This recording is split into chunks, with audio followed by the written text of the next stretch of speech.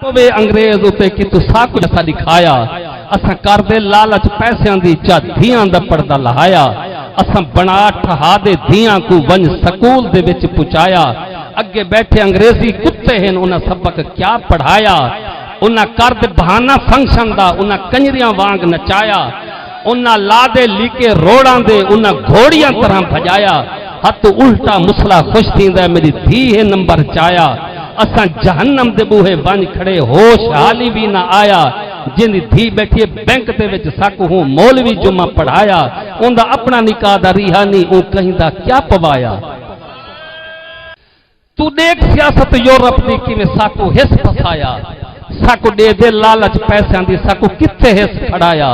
ना हुण अग्गां दे ना पिछां दे गल है स्कूल दा पाया ताही कुड़ी मुसलमान ने इसी चूड़ी पजामा पाया ला मेहंदी गोरे हथां दे हिसी टच मोबाइल को चाया इको किथू शर्म हया सी जमदू बस्ता चाया साडा मुल्ला नमक हलाली है निसी हक दा बोल अलाया रख डॉलर मुल्ला पैर तले हिस उठाई चा चक्कर लाया एवें अकदा थी दे जाल कनु हिसी कंड दे बिस्तरा चाया हे यूरोप साडे घर दे विच यूरोप दीन पुचाया एक अकल तस्लीम करंदा है बुखले सु हजरत उमर को केड़ा हाल है साडियां धियां दा असा सोच सुचेने सदियां दी इथे तमाशा थोड़े दीहां दा